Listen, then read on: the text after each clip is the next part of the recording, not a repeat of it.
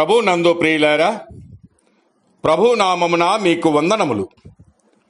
ఈరోజు దేవుని యొక్క వాక్య ధ్యానము కీర్తనలో గ్రంథము 40 కీర్తన 1-2 వచనాలు.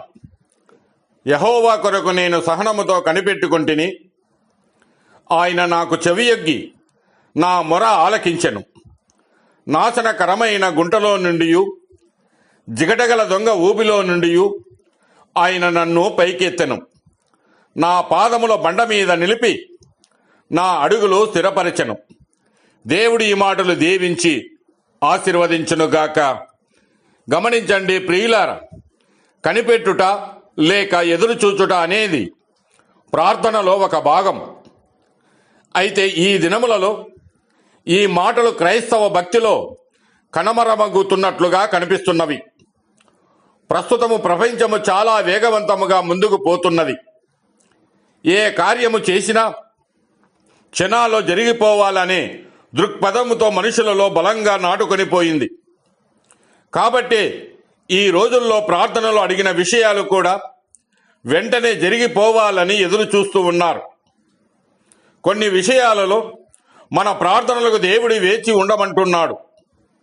విశ్వాసము కలిగిన వారు దేవుని కార్యాల కొరకు కనిపెడతారు. విశ్వాసము లేనివారు అడ్డదారులలో వెళ్లి సంపాదించుకోవాలని ప్రయత్నించి మరిన్ని చిక్కుల్లో పడుతారు. దేవుడు ప్రతిదానిని దాని పని కొరకు నియమించాడు. అలాగే ప్రతిదానిని తగిన సమయంలో మనకు అనుగ్రహిస్తాడు. ఇట్టి విశ్వాసము లేనివారు దేవుని కార్యాల కొరకు ఎదురు చూడనంతందున విశ్వాసములో బలహీనులై భ్రష్టులవుతూ ఉన్నారు. ఉదాహరణకు, కానా విందులో ద్రాక్షారసం అయిపోయినప్పుడు ఆ విషయాన్ని అక్కడి వారు యేసు తల్లి అయిన మరియకు చెప్పారు.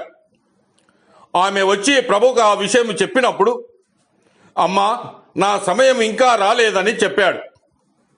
అయితే ఆ సమయం వచ్చినప్పుడు ఆయన తన కార్యాన్ని జరిగించి నీళ్లను ద్రాక్షారసముగా మార్చి మునుపటి ద్రాక్షారసము కంటే మించిన మధుర ద్రాక్షారసమును వారికి ఇచ్చాడు. అలా కాకుండా ఆమె తొందరపడి మరి ఏదైనా చేసి ఉంటే అక్కడ ఆ కొరత తీరేది కాదు, ఆ అద్భుతము జరిగేది కాదు. మరి ఒక ఉదాహరణ, 75 ఏళ్ల ప్రాయంలో ఉన్న అబ్రహామును దేవుడు పిలిచి అతని సంతానమునకు తాను చూపించు దేశమును స్వాస్థ్యముగా ఇస్తానని వాగ్దానము చేశాడు. అయితే అది చెప్పి 10 సంవత్సరములైనా గాని పిల్లలు కలగలేదని తొందరపడిన శారా తన దాసి అయిన హాగరు ద్వారా సంతానము పొందాలని ఆశించి హాగరును అబ్రహాముకిచ్చింది. ఆమె వలన ఇష్మాయేలును పొందుకున్నది గాని అది దేవుని పద్ధతి కాదు. దేవుడు తగిన కాలంలో అబ్రహాముకు 100 ఏళ్ల వయసులో, శారాకు 90 ఏళ్ల వయసులో వాగ్దాన పుత్రుడుగా ఇస్సాకును ఇచ్చాడు. అతడు వారికి నవ్వును కలగజేశాడు.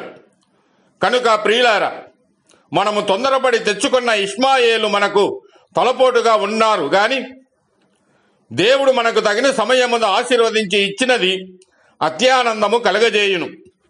దేవుడు మిమ్మల్ని దీవించి ఆశీర్వదించునుగాక.